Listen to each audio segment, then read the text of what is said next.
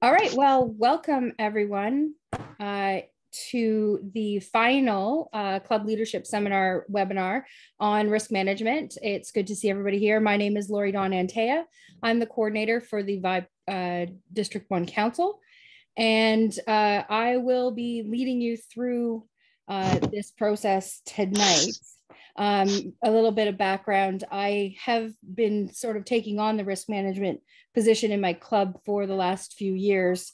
But let me tell you, putting this presentation together, I realized how deficient I was in my job. So we're going to go through some of the highlights. A lot of the information that I'm going to give you will be, please go to the ICAN website or the KINU website and take the courses and whatnot. So just without further ado, let me just share my screen and go to our, all right, how's that? Does everybody see that all right? Yep. All right, perfect. So Club Leadership Seminar, Risk Management. So what is risk management? It's the first thing that everybody asks. The definition as defined in the step-by-step guide is risk management is defined as reducing the chances of industry damage or loss by taking steps to identify, measure, and control risk. The process of analyzing exposure to risk, a system for making choices with respect to those which we serve and the procedures we adopt and the way we conduct programs and organizations. Risk management is the thorough identification of risks and the careful selection and implementation of risk control strategies. So it's a bunch of gobbledygook that means that we just take the time to go through and define any problems that may occur that may put the club persons involved in the program or the association at risk of any legal issues or health and safety damage. So to go on, first, what do you have to do? I highly suggest, if you are the risk manager or the president of your club, that you download the step-by-step guide for risk management that is found on ican.ca. Luckily for risk managers, there's an entire section that's just on risk management because this is a very large topic to cover and we're going to cover it very quickly. So what are you going to find in that step-by-step guide? You're going to find definitions like the ones I gave you. You're going to find job descriptions. So it will explain to you where from the association, from the top down, whose job is what and who to go to if you need help. It will also give you all the insurance information that you need, and that is extensive. And we'll go through some of that a little later in the presentation. You will also find all of the waivers that you will need and checklists for planning an event. And then modules on how to do the job and what is required for that job. Now, that being said, just before we go further past that, I was speaking with Melanie Neeson today. And because right now that step-by-step guide is exceedingly large, they're in the process right now of updating the website so that that document is going to be pieced out. So hopefully by December, it will be much easier to find the information. And especially on their end, it'll be a lot easier to update the information. So you will have a section that is just waivers, that is the modules, that is just insurance from that guide that you can then just look at what you need to see instead of having to scroll through the entire thing. So as far as risk managers go, this is a job that's almost done by the entire club. There's one person who's sort of in charge, but we're going to look at some of the things that you just need to make sure that you're covering with your club. So obviously volunteer screening. So you're going to be screening the people that you're having helping at your events. You're also going to be screening new members this way.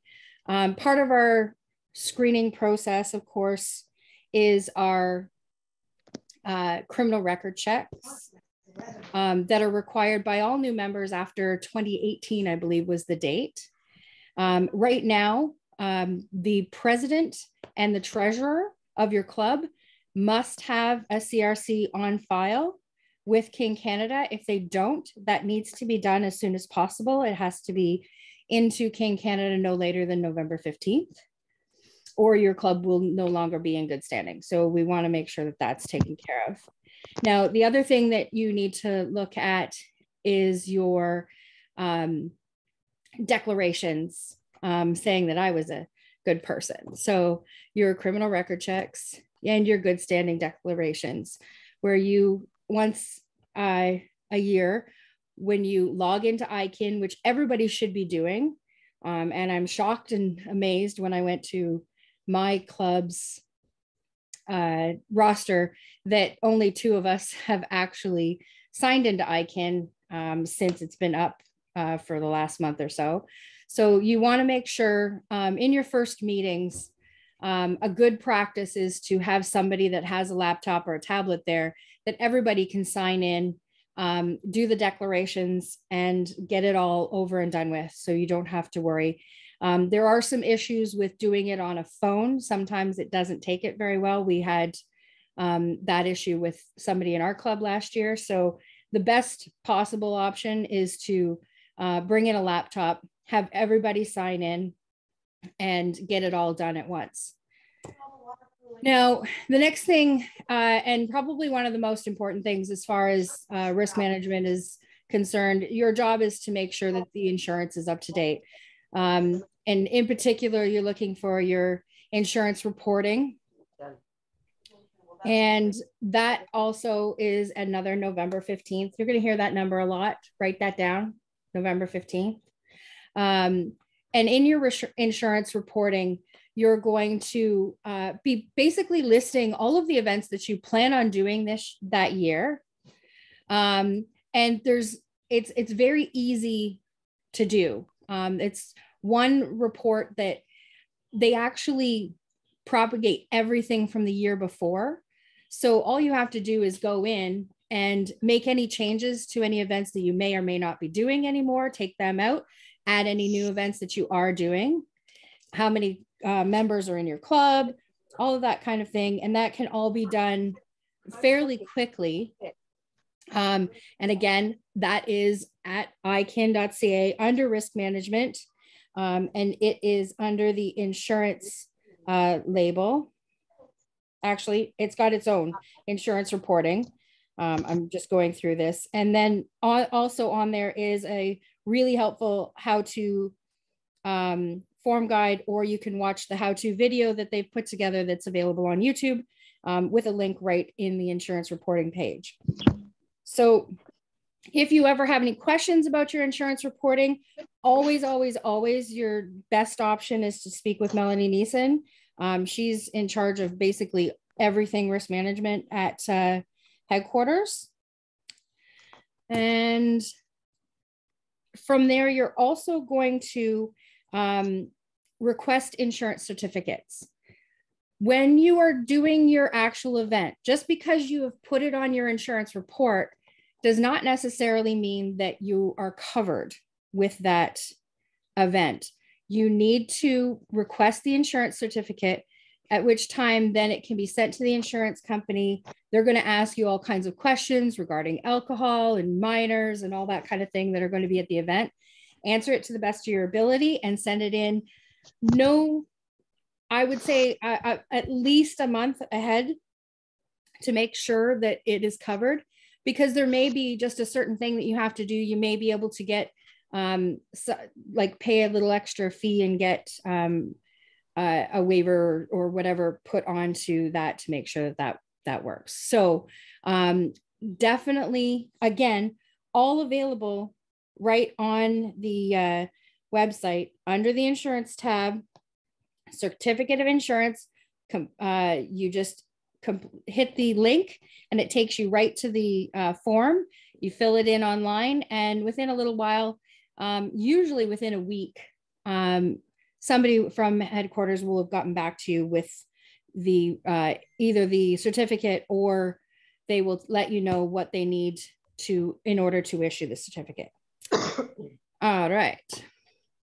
Now, what a lot of people don't miss or misunderstand is that we actually have an optional accidental benefit plan for our members and our volunteers. That benefit, you also, when you're doing your insurance reporting, you can sign up for that benefit plan. And you want to cover all of your members. So it will cover them whenever they're at events, at club meetings, outings, socials, whatever, anything that they are doing with the kin name behind them, there is accident coverage for that. Now, when you are adding in your volunteers, you do not need to put the names of the volunteers in right away. The best practice is to average out how many volunteers you think you have during the year, and buy that many volunteer insurance plans. And then when you know the names of the volunteers, you just send that in, and that person is now covered for every event that they volunteer for with you. You don't switch them out. You have, say, for example, our club usually gets 20. And that means 20 different people. It doesn't mean 20 per event. It means 20 different people will be covered once you've handed in the names of those people to Melanie at headquarters, okay? I'm gonna stop there and ask if there's any questions. And I have to just open up. Are we good? I see something in the chat. What's that? Oh, okay. All right. So we're fine. Yes. I'll just chime in very, very quickly about the certificates. Perfect. Because it's a twofold situation. Most importantly, you want your club to have the certificate to have proof of insurance. That way, if anything goes on, your club is satisfied. I did my diligence. I got the insurance. We're good to go. So if something was to happen, we've got it. On the other side of it, the more information that we can give to our insurance carrier, the better. And what I mean by that is the functions. If we can articulate all the functions that the kin family does, we can negotiate better terms or other terms with our insurance carrier by having actual factual facts of events that we're doing. All of a sudden, we have a big dip, and let's say our alcohol and fireworks risks go down. Well, then we can have that conversation with our insurance carrier, because right now, if we don't report, we're just giving the insurance carrier the ability to just make assumptions, and then when they make assumptions, the price goes up. So it is a twofold. We want to make sure the clubs are protected. We want to make sure that kin is protected, but also it gives our board a lot more negotiation power going forward. So that's my 2 cents. Thank you, Brent. I asked Brent to be here because he's the insurance expert. So I will defer to him for a couple of things. Now, the next thing on the list is incident reports. Now, if an incident occurs at an event or during a meeting or something, you need to contact Kin Canada immediately. Call Melanie Neeson at her extension 208 and report the incident. And then within 24 hours, you need to fill out an incident report form, which again is under the insurance tab on the IKIN website. Now, the information collected within the report will be retained as per all of the rest of our privacy policy. So you don't have to worry about your information being spread out all over the place. It's all being kept in our secure servers. So what's happening here? There we go. So property insurance. I don't know how many clubs have property that they own. There are, I know that here in Fort Erie, Ridgeway Crystal Beach has a hall that they operate. I believe Listowel has the station that they're responsible for. Our King Canada Insurance does not, I repeat, does not cover property insurance. You have to have $2 million of liability insurance where that property is concerned that is gotten on your own. You need to make sure of that. Also, again, I don't know the information because I've never dealt with them. Things like trailers or vehicles that you also may own. The Palmerston Cadets have a fry truck, that kind of thing. Those all have to be insured separately. And I don't believe that King Canada requires you provide the things, but if anything were to happen there, you can bet your bottom dollar they're going to want to see it. So make sure that if you have any property that you are getting the proper insurance for that. And there are plenty of people who are willing to help with that. This year, risk management is being handled, correct me if I'm wrong, Dutch, by Vice Governors Carol and Sean. Yes, that is correct. Okay, so if you need any information about that, contact them. Or again, Melanie is an excellent wealth of knowledge. She helped me with this presentation immensely. Now, what do you have to do about incorporation filing? Now, that's the other thing that I've never had to do as a risk manager, and you may not see it also, because our accountant that does our books and our tax filing does that for us. But it does need to be done every year, and you have to prove that it's been done on November 15th. You want to make sure that your taxes are being filed. The T2 tax filing has to be done. And from what I understand, it's not onerous. It's fairly straightforward. Again, we've been fortunate. We do have an accountant that takes care of all of that for us so that we don't deal with it. So again, it's not something that I'm overly familiar with. But it is something that, as a risk manager, just making sure that it's being done. And if it falls to you to do it, there is, again, plenty of help to get that looked after. And what else do you have to do? You have to remember the dates. And the main date that you're going to hear over and over again, as you've heard me say over and over again, November 15th, November 15th, November 15th. After that point, if you haven't got your dues, your insurance reporting, your incorporation, your accident insurance, and your president and treasurer's criminal record checks in, you may find your club in not good standing. And nobody wants that. It's also, if you get all those things done, you are shoe-ins for the Bulk Efficiency Award. And I would be amiss if I didn't promote awards while also managing risk. So we want to make sure that that gets taken care of. There was something else. Oh, yes, that was it. Something that didn't get into the presentation.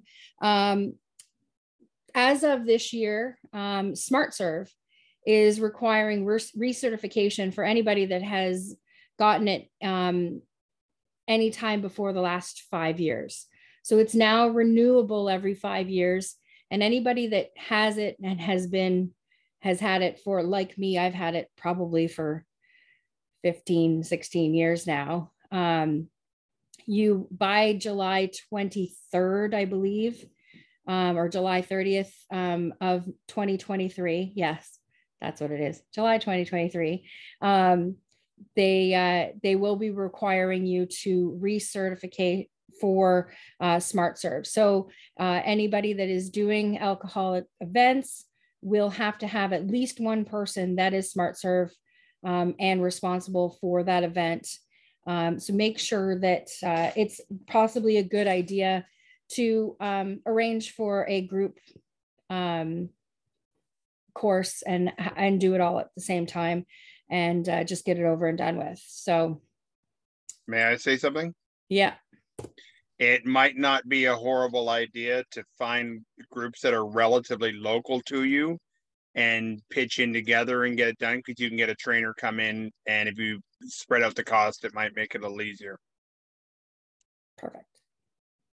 So that is everything in a nutshell. Again, what you're going to want to do for sure is, if you haven't already, I highly, highly, highly recommend a lot of the training modules that are on KenU, especially for Risk Manager. I completed them all again for like the third time today. They're not overly onerous. The risk management one is probably one of the longest, and it probably took me maybe an hour and a half to do all 5 modules.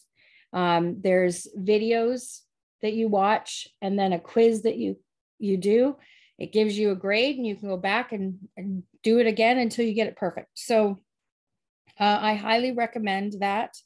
And to sign into either iKen or KenU, you're using the email address that you have on file with Ken Canada, and your password is your first initials capitalized and your membership number. So it's very easy to find.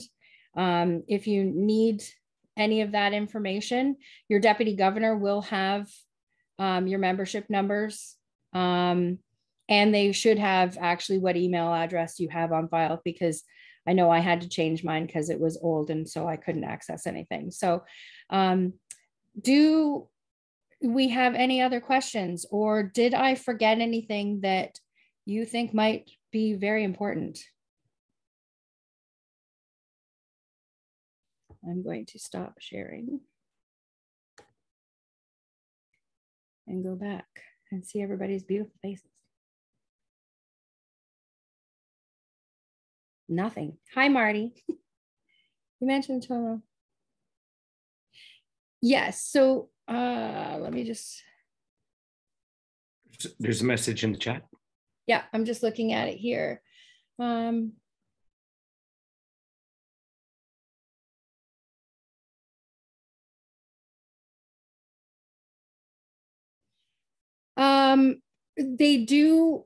They do like to have the names. Like when you originally buy the insurance, you don't have to have the names, but when before the event comes up, it's always a good idea to have those people named, so that if there was an issue, we can guarantee that they are the person covered.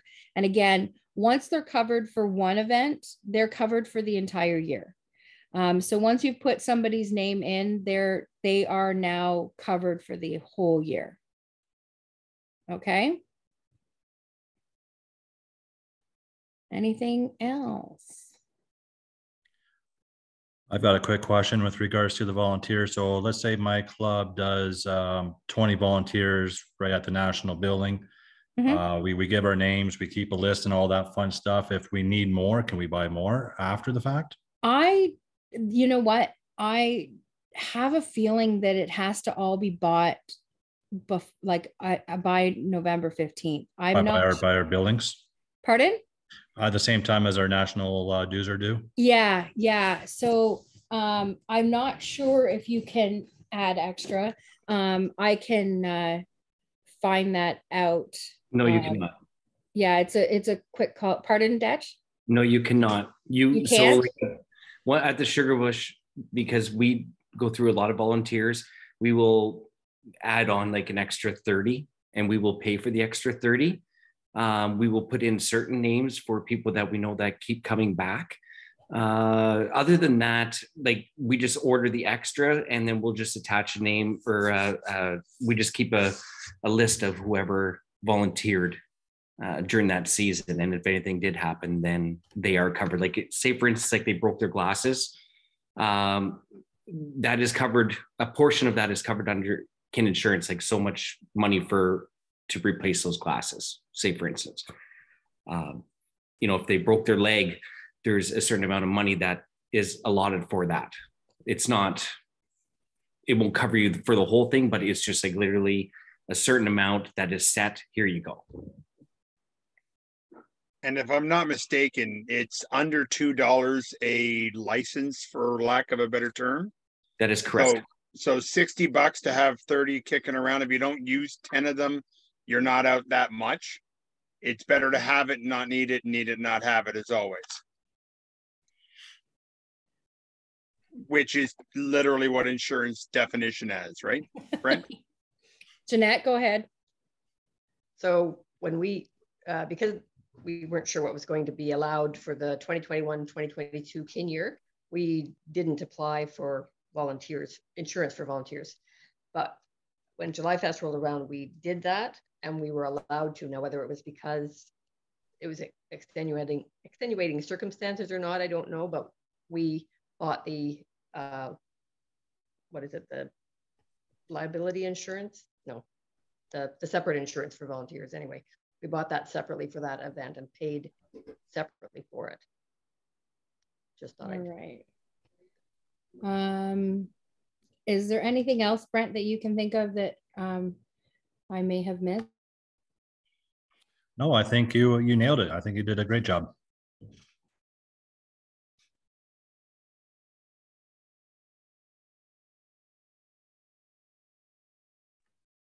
Marcus, can you come deal with the door, please? Jeanette, is your hand still up from before, or? No. Okay. I'm in a meeting right now. Terry? I'm giving you a thumbs up. Oh, okay. All right. That's great. All right. Well, I'm going to close off. I want to thank everybody for joining us tonight. I hope that it's been informative. I hope that everybody gets all of their required things in for November 15th, and that it's a little less daunting than when I was first told the job. I was a little worried about having to take it on. I'm like, oh my God. But I think that everybody will do a great job. And I thank you for being with us for the last several weeks as we go through the different positions on the executive. And I hope that you found them informative. Anything further, Dutch? Nothing. Good job, Lori. Don. Well, Yeah. thank you. All right.